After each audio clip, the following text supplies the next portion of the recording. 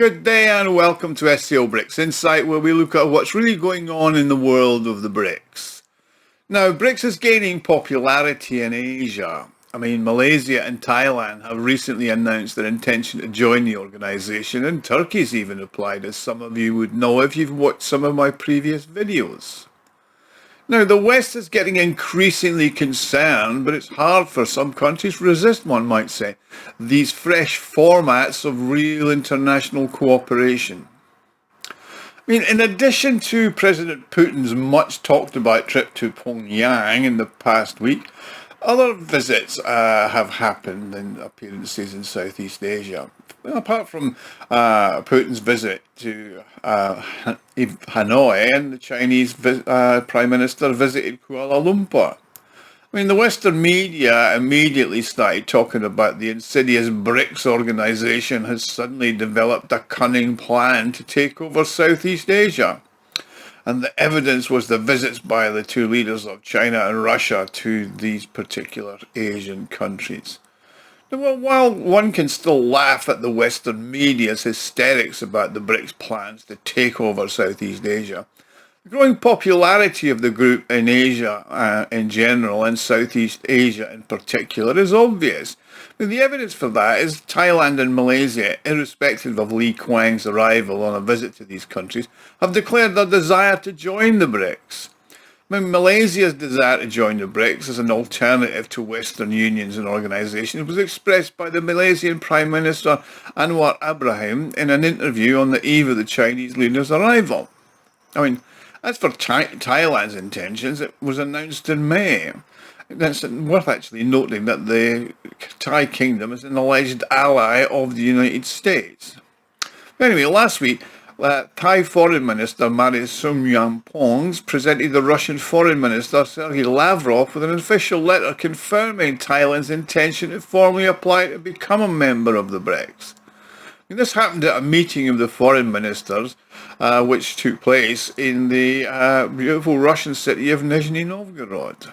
Now, it's obvious that the plans of these two Southeast Asian countries to join the BRICS can only be explained by their attempts to minimise the economic risks that are being associated with the growing confrontation between the United States and China. And it's obviously by the obvious disappointment with the current state of the world that's been created by the US and dominated by the Western institutions.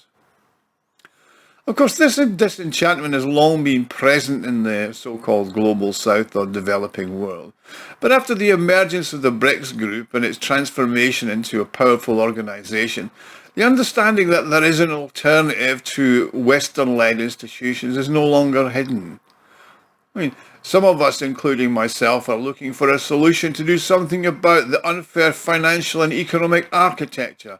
The former foreign minister of Malaysia said to Saifuddin Abdullah. He was quoted by Bloomberg saying that BRICS is probably the only way to do that.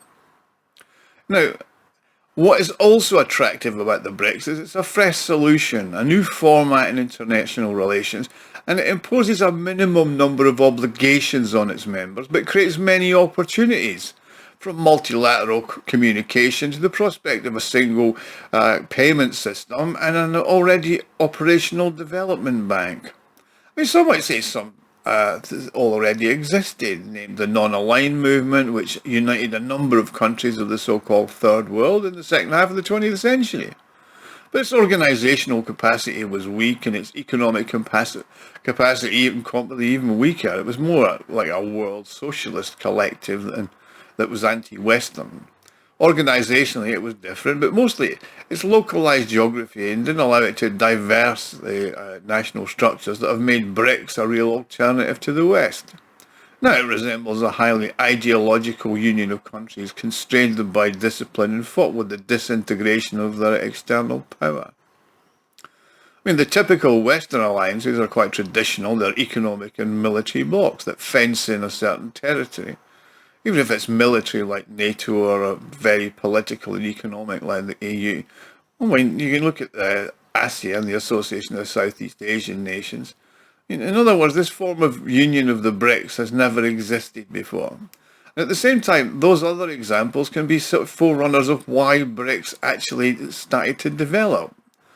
I mean, the stronger and deeper the roots of BRICS, the more Moscow and Beijing are going to be happy. I mean, the applications of Thailand and Malaysia are not going to be the last Asian countries of those who want to join the BRICS. I mean, this is an obvious confirmation of the failure of Washington and its allies to attempts to isolate Russia and China in the international arena. It's also another confirmation that this was the confirmation was the Switzerland conference last weekend. Its organisers didn't hide their aims to further isolate and punish Russia for the conflict in Ukraine.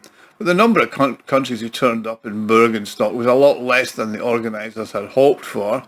And most of the big players like India, China, Saudi Arabia, etc. all stayed away. Plus those who did turn up did not all sign the final declaration. And this was another attempt to win over the so-called Global South that failed, and it's not for the first time.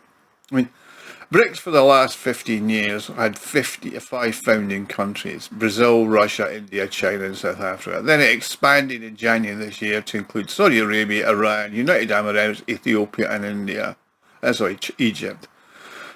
Thailand and Malaysia have now officially expressed their desire to join, and it's not too far-fetched to predict that Southeast Asia's largest country, Indonesia, will join the BRICS.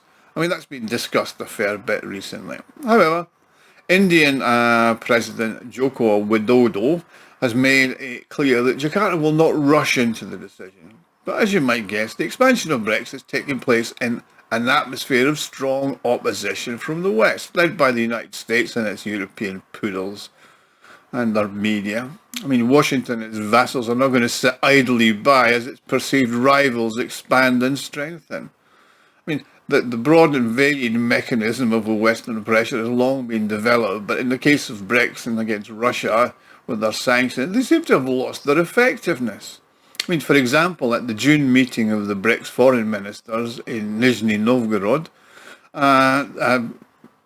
countries of the global south and southeast, 10 BRICS members were joined by 12 other countries that the West had strongly advised against attending.